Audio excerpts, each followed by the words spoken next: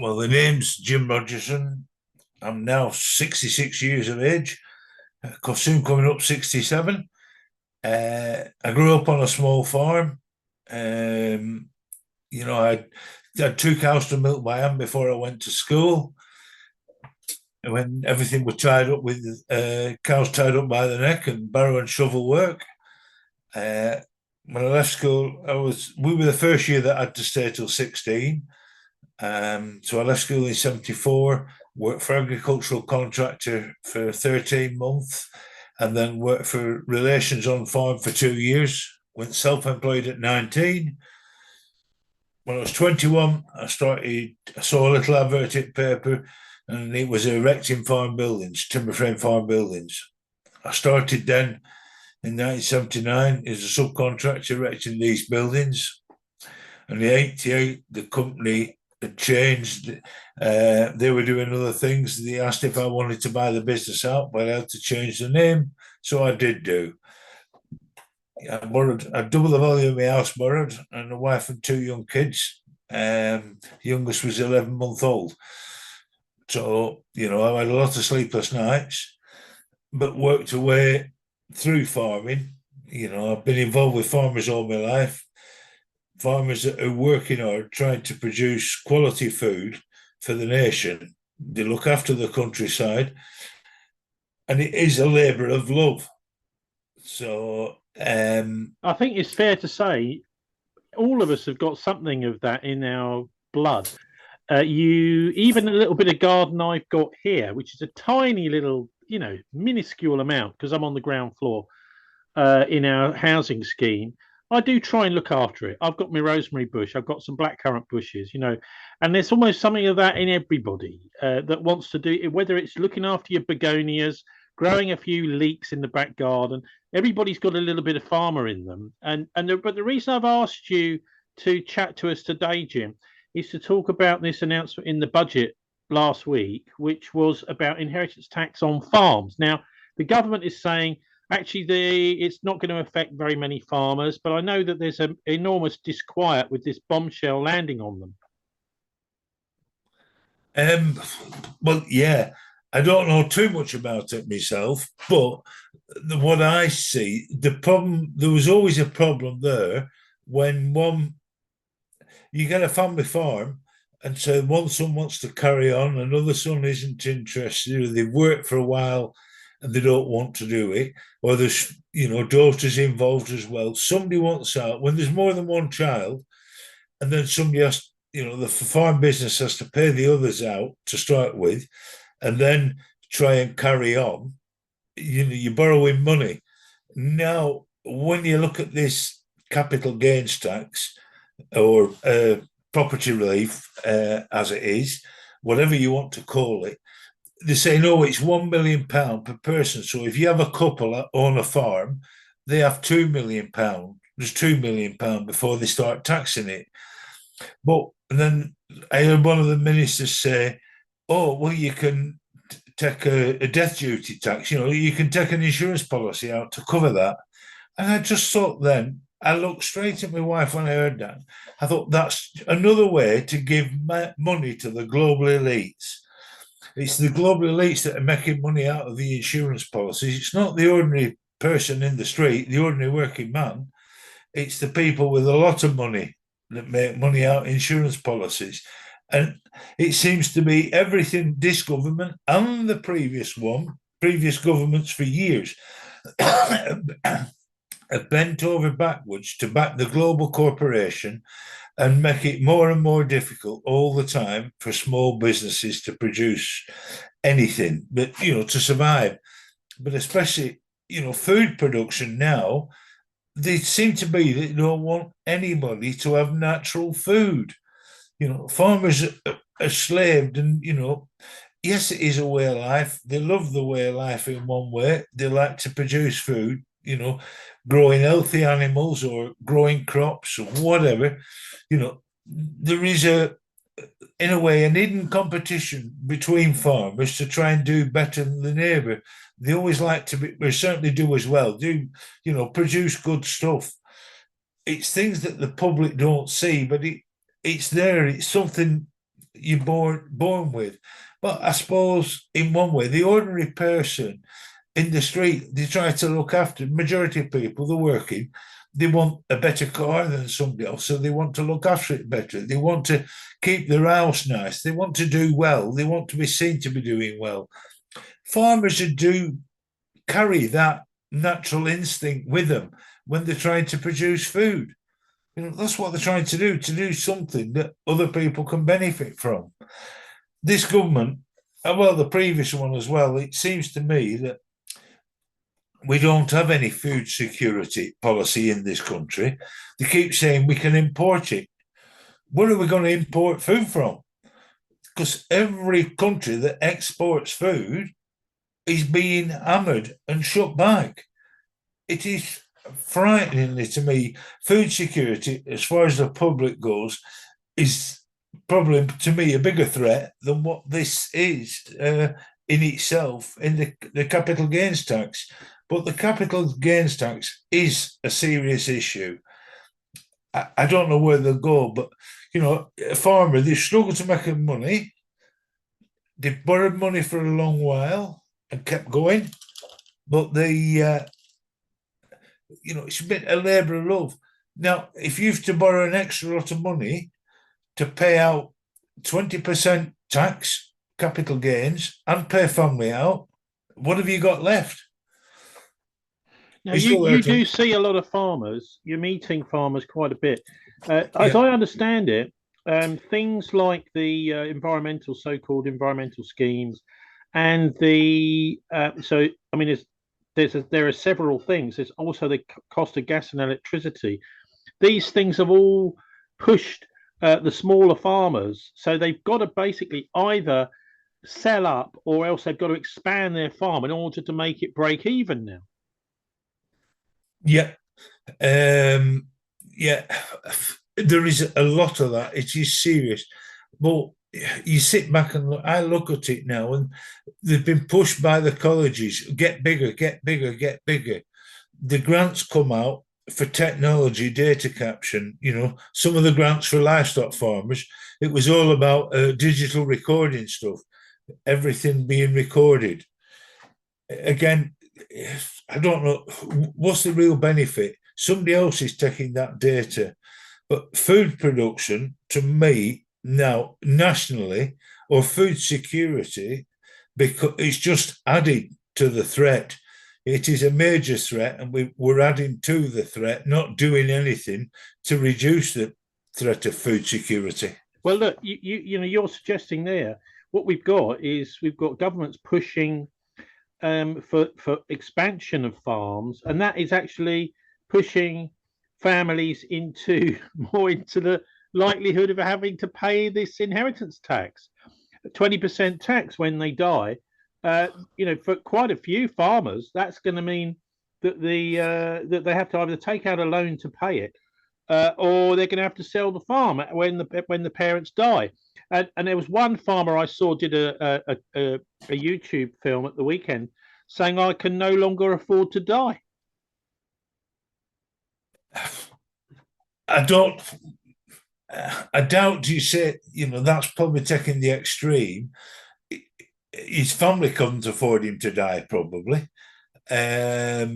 Because as I see it, it's the farmers that's already farming. They're not the issue. It's the next generation coming in, but more often than not, you've still got the farmer in his 60s or 70s still in control of everything. The younger generation have all worked away. They're probably doing all the manual work. The actual name at the end on the checkbook or whatever, is probably still the parents. The children, they might be able to sign checks now or might have some involvement, but there's still something there, for the older generation. And they're the ones, when he says if he dies, the family can't afford to pay, the farm won't survive, because to split it up and pay it out for a son or even a daughter wanted to carry on farming, to pay death duties and pay the rest of the family out, they'd never be able to borrow the capital the amount of money and make a go of it anyway after. And I think that's where it will come unstuck. Well, the thing is, people want to actually plan, don't they? They want to make sure that when they die, it's not some sort of massive disaster falling on the family. Now, you mentioned the global elites, Jim. This is another side which hasn't really been talked about much in the press at all. But the people who are going to be snapping up this cheap farmland, well, it might not be that cheap, but when it has to be sold, are the likes of BlackRock. They're people like Bill Gates who are buying up massive amounts of farming. But it's not him as a personal individual that's buying it. It's through trusts and foundations and companies. None of these businesses die. None of them have to pay inheritance tax. So it seems to me that this land is being chased away from families who do have heads of the family that die every once in a while, into the hands of corporations and the global elite whose businesses sit there and they're basically immortal. Yeah. Well, I do that. I wonder myself, how they got away with all these trusts. We've got all foreign companies coming in now, running our businesses. And, if they're foreign owned, the profits made abroad, or they cream 15-20% of the turnover off, it's gone abroad to start with. So it doesn't really make a profit in this country. So they pay very little tax in this country. The profits all made offshore somewhere else. It'd be interesting to know how many of the politicians, the MPs, where all their investments are. It'd be surprising. I bet that a lot of them, certainly when they get to minister level, they'll all have offshore investments, or it's in family trusts that won't be paying this tax, this inheritance tax. There's something there. Somebody said to me last night, it was, the very rich, they never pay the tax because all the money's offshore. The people at the bottom doing nothing, they pay a bit of tax, I suppose, through benefits with VAT and everything, where you spend money. But they're squeezing the middle ground, the people that's actually working, the genuine hard-working people, they're being squeezed even more into a smaller group and expected to pay a bigger chunk. It doesn't look good for anybody that's working. No, not for working people that the government are supposed to be supporting. In the sort of bigger picture, you also mentioned food security, Jim. How much food do we import? Do you know roughly? Because obviously, if there are, I drive around, I see the loads of set aside there. There's increasing numbers of solar farms and things popping up in the country. It's almost as if the countryside has become a playground. It's not a sort of place to grow food in some places anymore. It seems sometimes that's being the whole agriculture thing, whether it's livestock or arable, seems to be being pushed out of the countryside. Yeah.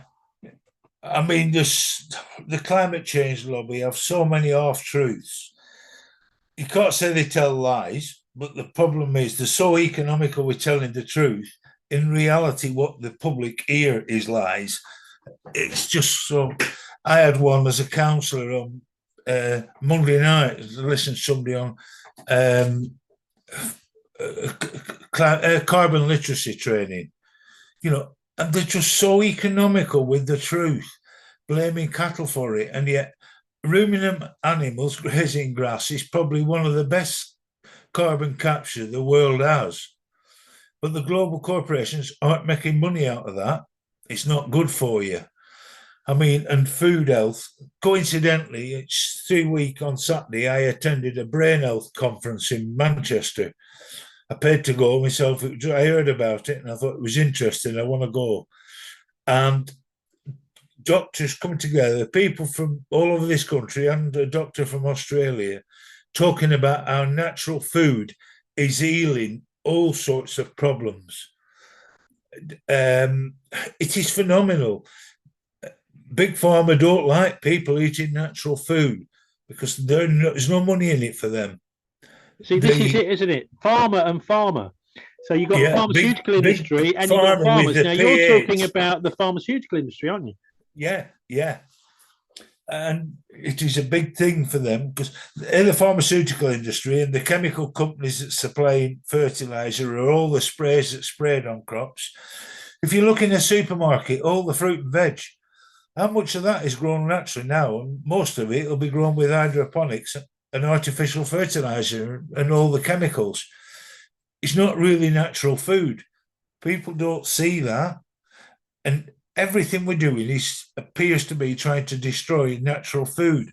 Look at the thing with the chickens, wanting everybody, if you've got a chicken in your backyard, everybody has to register your chicken. It seems to be they're attacking anybody that wants to be sustainable, self-sustainable. We've got to attack it. Stop people being able to feed themselves. It's just frightening. In my mind now, I feel that the globalists seem to be, they see food as having a 12-month, 2-year shelf life, powdered, dried in a packet, like a pot noodle. So there's no weight to it.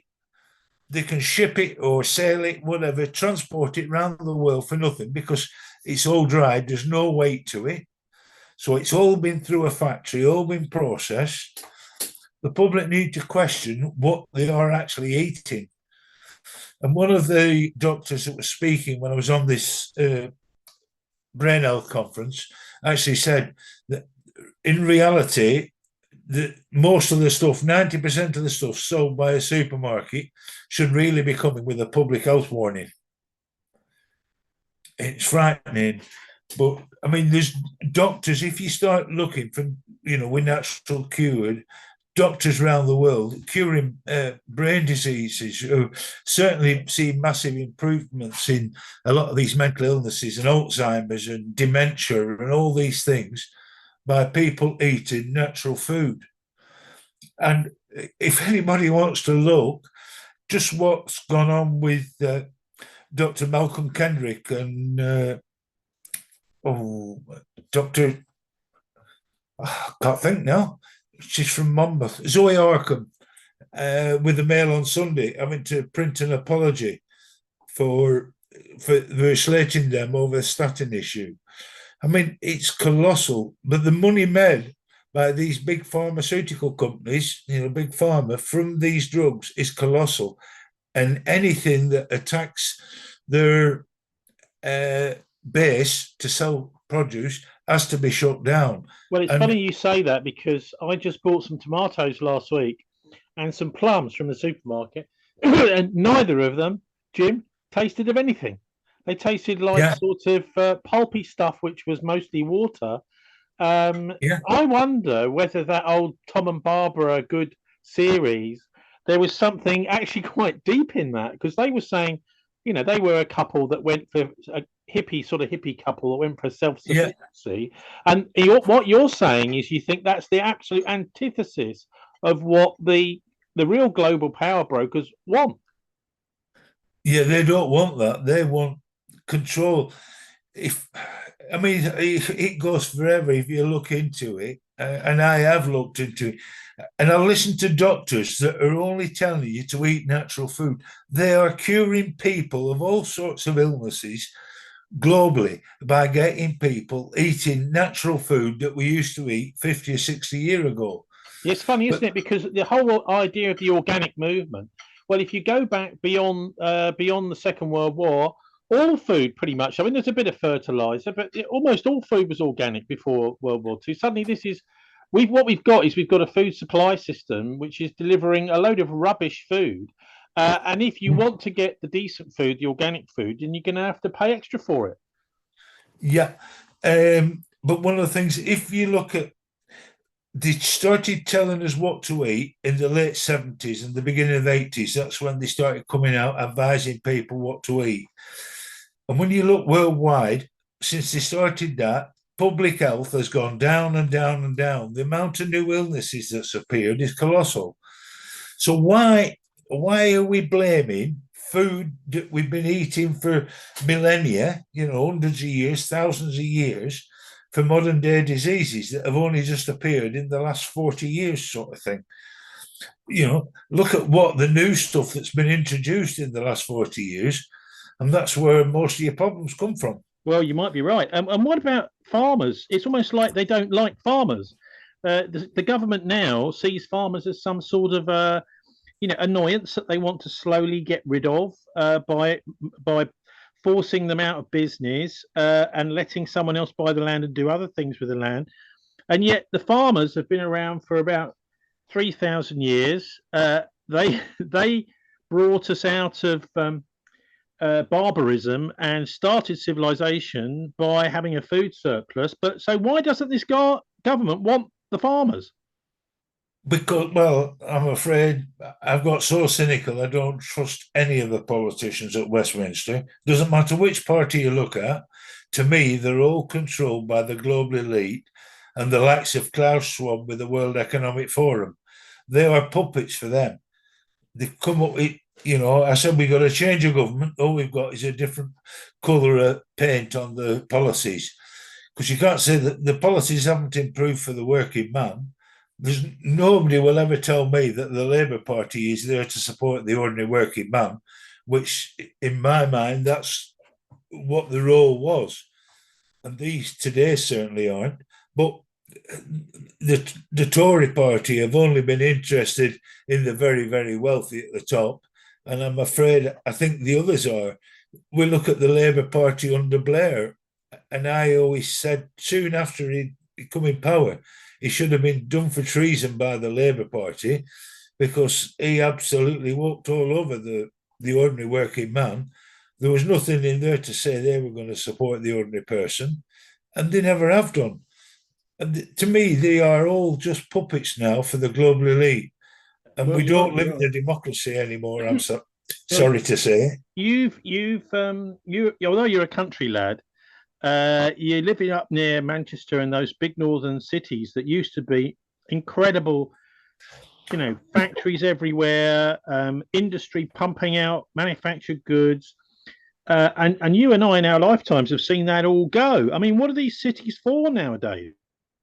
Well, I do question that, and I haven't looked closely at it yet. I don't know when they've updated it. When the Labour government came in with the first draft of going through the National Planning Policy Framework, there was something for laboratories, distribution, tech centres, or something like that. And I've looked at that. None of them is going to create any breadwinner jobs. The country, it doesn't matter whether what made Britain great, but it's same to any country, wherever you go to, you need to be able to start with a raw material and add value to it by making it into something. We aren't making anything in this country anymore. And a lot of countries, they've moved it all. We're making everything in China. So unless any country, I'm not trying to be racist here, it's any country there needs to start with a raw material and add value to it. That's how you make money. You bring some prosperity to that region or that area or that country, whatever you're doing. But if a region can't start with a basic raw material and add value to it, I'm afraid there's no real money for that. And the other week we were over something somebody said about P&O, whatever, and St. Stormer was meeting all these foreign people for foreign investors to come. Why can't we support British business to invest in this country rather than penalising them and have to worry about supporting foreign investors to come here and set businesses up? If we were serious about the country, we'd be encouraging entrepreneurs to set businesses up, locally and retain the profits in the country. So what do you reckon to the new leadership of the Conservative Party? It's taken ages to choose a new leader, hasn't it, Jim? I'm not sure. I will reserve comment on that. To be honest, I've got so fed up. I've lost interest. I don't know who else you could pick from anyway. I've just lost total interest in it. I mean, although in principle I was always a Conservative at heart, certainly at the moment, unless they really get their act together, I couldn't see me ever voting for them again. But, you're stuck who to vote for. Yeah, you are. That is the problem. There's okay, Jim, I think it's so. Sorry, carry on. Yeah, I think it showed in the election because Labour did not win the last election. They got the most seats, but didn't Keir Starmer only get about 90% of the votes that Jeremy Corbyn got in 2019? They were saying what such a massive victory it were. Hang on, when you didn't get as many as Jeremy Corbyn got, that's not a massive victory. It shows that even the Labour people weren't turning out for Labour. So, yeah, I mean, they've got the seats, but it's not a true reflection of how the country feels, really. You know, there was a very low turnout, so people stopped at home. You know, yes, they got the most votes, and technically they're in charge, but it was hardly any singing endorsement of the policy, was it? So, if listeners are interested in following what you do you have a blog or are you on social media, Jim? No, I'm sorry, I don't. I never have done. People say I should do, but I've never been involved in it, the social media. A lot of people there. I talk to people locally, you know, I can talk to people all over, but you know, I've got the business. I never have done that. Perhaps I should do. I keep saying because there's so many things I can come in, you know, I could write a book, probably write a few if you list it all. You know, I mean, we look at pensions now. We have to back these big global corporations. We need to look after them. They convinced everybody, say 50 years ago, 40 years ago, to start private pensions and let your pensions invest in these big corporations. Somebody else, no offense, but a lot of people now, they're in the mid-50s where they should have had the mortgage paid off.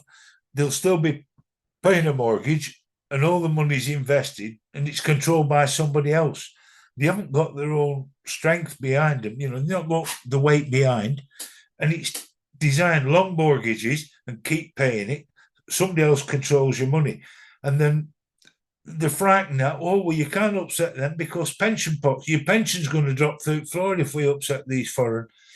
This has been cleverly manipulated, I think, for the last 50 years, if not the 100 years, what's going on worldwide. And because it's a global policy, the attack on farmers is global. It's not just in this country. The attack might not just be the same, but whichever way you look at it, livestock producers are being hammered worldwide. People don't want it countrywide. So I don't know where our food's going to come from because every country that's exported food, they're trying to stop the farmers producing. So look, we've seen what the French are up to. Do you think the British farmers have got the stomach to fight the government over this? I don't know. I hope they do in one way, but I hope they listen. But to me, it's the public they need. The public need to wake up to the fact that the food security isn't there. If you're happy eating insect protein, which you know we're being told we're going to get, and ground up cereals in like muesli bar or something like that that's bland, to a pot noodle, good luck to you. But it's certainly not a nutritious food. I mean, got told I was type 2 diabetic nearly 18 months ago, beginning of July last year, 23. And they wanted to put me on metformin straight away, did the doctors. They weren't going to let me out. And I said, well, you're wasting your time giving it because I will not take it. I'll sort this out with diet. And the big argument, you'll never get your blood sugar down with diet alone. I said, give me a chance. Within 6 months, I halved it without doing anything silly by just cutting carbs out. I really hammered the carbs. Very rarely I eat a potato at home. Don't really eat potatoes at home. I eat very little bread. I do eat a bit of a soft time, odd cakes and biscuits, but I try to keep it very low. If I go out for a meal, I will eat, you know, the potatoes and veg that come, but I would never put extra on my plate now. And if it was carvery or self-service, I'd be looking for everything with the maximum meat to it. I do eat a lot of meat now and a lot of cheese. But I lost weight. I'd been having, well, not say I was trouble breathing. They were saying I had at the doctors. But He literally really got the blood sugar down. He lost weight, improved, purely cutting carbs back. And yet they're telling us we all need to eat carbs. It's the carbs that's making everybody ill. Fascinating. All right, Jim Rogerson, thanks very much for joining us again. No, thanks, Tony, and all the best to you.